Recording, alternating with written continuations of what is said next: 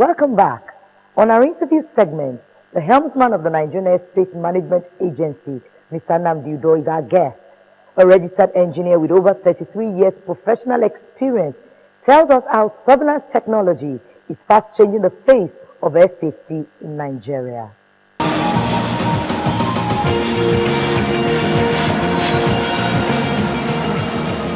STRACON is a scalable project.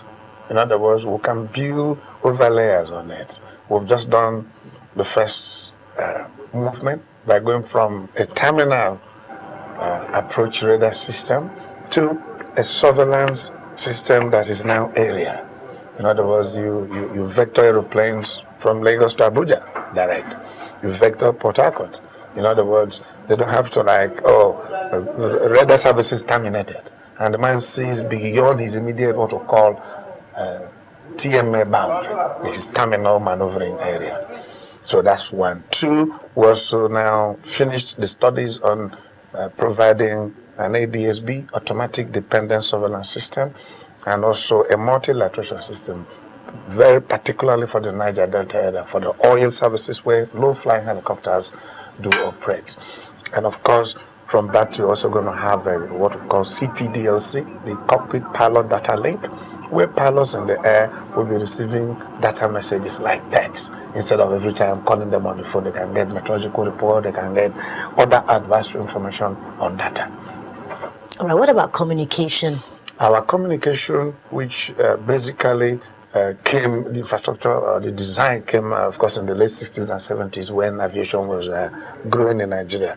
We've migrated from point to point. You're going to Port-Harcourt to talk to Ibadan or talk to Benin and then talk to Port-Harcourt through what we call short range, very high frequency radios to what we call long range. And from long range now we've gone to what is satellite based. In other words, we now do what we call ROCAG, remote ground to air radios, using a modem. So you take out of Lagos, you talk to Port-Harcourt after Lagos. You don't have to talk to anybody in between. And that project has just been finished. And the only thing that is inherent with some of the places like particularly Sokoto, where there's a remote station, and Maiduguri, sometimes there are power failures and they have short range. That's why maybe sometimes you hear, oh, there's a problem with communication. But we're also now doing independent backup solid state long range radios, independent of the very high frequency total coverage of Nigeria airspace. So like I've always emphasized, these things are not destinations. They are scalable. You keep moving. You keep increasing the safety net. So when we do that now, we'll have a second layer to the total VHF, apart from the original first layer, which is tower point-to-point communication. And also we are having HF-based or ATDS automatic telecommunication link based on aeronautical fixed telecommunication network, where ground-to-ground communication is feasible. So that, are you talking about the GSM or the landlines or something? No. They all come part of point-to-point, but this is an aeronautical fixed telecommunication network. It's all based on our regional AFIS network. They're all satellite-based, where you send flight plans from Port-Harcourt to Lagos or from Abuja to Kano and vice versa. So you use those channels to be able to relate ground to ground so that pilots don't find flight plan in Lagos and they're getting to Abuja, they say, oh, we don't know you're coming or something like that. So that's also a channel of communication. And we also, on the second level of that, apart from voice that you can use to call, you also have data information sent through a computer-based system for the flight information for all the flights that are taken on from airports at point of departure. The destination should receive that information that airplane is being expected. You also use it to distribute meteorological information. The navigational aids and instrument landing systems are still under the purview of NAMA? When I mean navigate, it includes the instrument landing system, it includes the very high frequency omnidirectional radios, it includes the locator beacons or NDBs, non-directional beacons. It includes, is a list of nav aids of either a route or terminal. And on the ILS, there are 2 or 3 components depending, glide slope, localizer, or outer marker or inner marker, depending on what is in the design. And of course also a distance measuring equipment that tells the pilot his distance to the airport, his distance to touchdown, his distance to the end of the runway, as the case may be. Oh, we have ILS in 22 airports, and recently we just finished calibrating them. We actually used 2 companies that did the calibration. What do you mean by calibration? Calibration is like a technical audit of the equipment, because once in a while we need to check in the air, real time, what the pilots are receiving in their airborne avionics, whether it's correct. So if I say you are cleared to land in Lagos runway 18 left. Now, when I say 18 left, it means the man will be on something like 180 degrees, 183, 186, as the case may be. Now, the pilot, the center line of that runway, when we do that calibration, if it's not exactly aligned at 186, as the case may be, you will tell the guy on the ground, adjust it. So he adjusts it and it's stabilized. So you have aligned that equipment and it's been calibrated, and the pilot calibration manager on board this computerized aeroplane will issue a certificate saying that this aeroplane has just flown this thing, this facility, and air traffic controllers can use it unrestricted to clear pilots. We also use it to check coordinates. So like Murtala Mohammed Airport used to be 19 left and 19 right. Today is 18 right and 18 left, because in the recalibration of the coordinates of the airport, we have noted that it has moved. So that's the essence of calibration. How important is surveillance in these times? Surveillance is as critical as what we're doing here. Before it was radio, you listen to BBC, Radio Nigeria. Now it is TV. It is satellite-based TV, cable and what have you. Surveillance for the air traffic controller is the TV of air traffic management. The man sees you, tells you what to do, and knows you've done it. It's not a question of saying, what's your distance? What's your level? Turn right or left.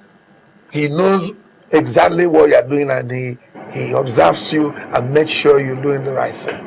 So it makes airspace management seamless and less stressful for the traffic controller and the pilot, and equally saves time, because the old system, which we call the procedural air traffic control, makes air traffic controllers do imaginative and mathematically calculating what he's asking you to do, because he's not seeing you. So he says, when you get to the bidder, a report overhead, if you are there, turn right. He believes you are going to obey him, and he's not seeing you. So sometimes in the past, there have been accidents arising from pilots not obeying air traffic controllers' directive or advice, as the case may be. But today, with surveillance radar, mid-air collisions are not as common as like 10, 20 years ago all over the world, because everywhere now is covered by radar. How can you tell the ordinary viewer how safe our airspace is? The Nigerian airspace is one of the safest airspaces in the world, and we are working on becoming the leading air navigation service provider in Africa, making our airspace the best in Africa. Today, we are joined among the 4. There's no established marking scheme, but the indices to establish shows that we are in the bracket of the best airspace management in the world. Safe as relatively safe for the flying public. And the number of crashes is not in any way directly proportional to the safety of that airspace. Or neither, because you don't have any crash does not mean you are very safe.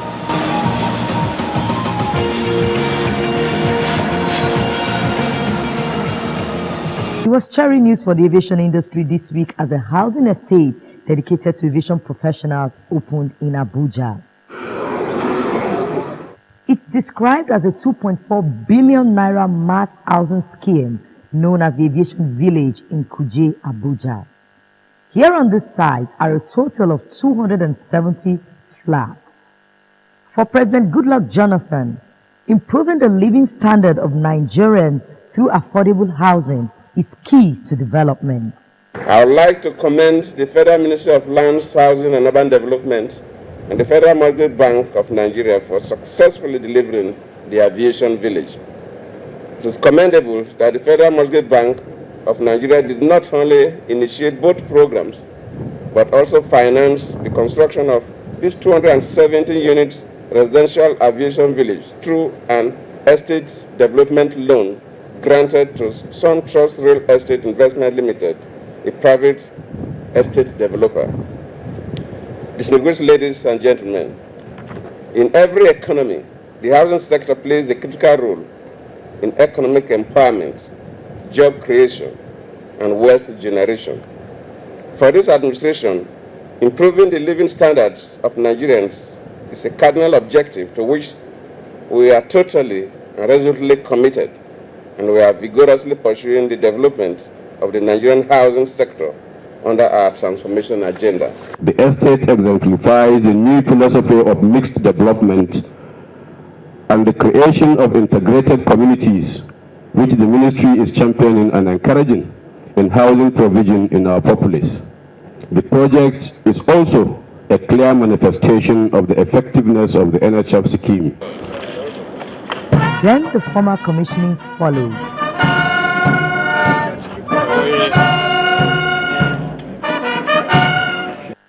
The aviation housing project was financed by the Federal Mortgage Bank of Nigeria.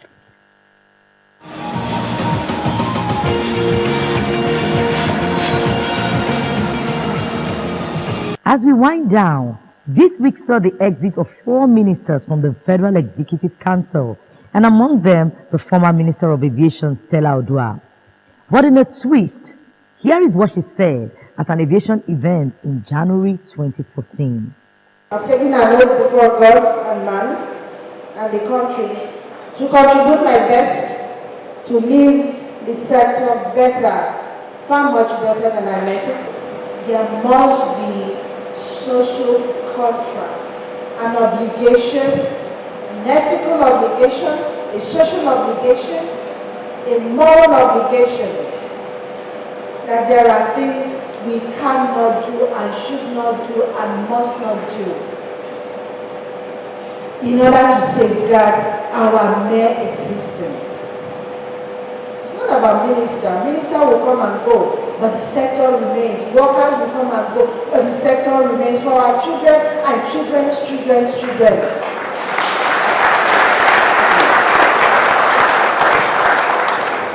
On this note, we call it a day on this edition.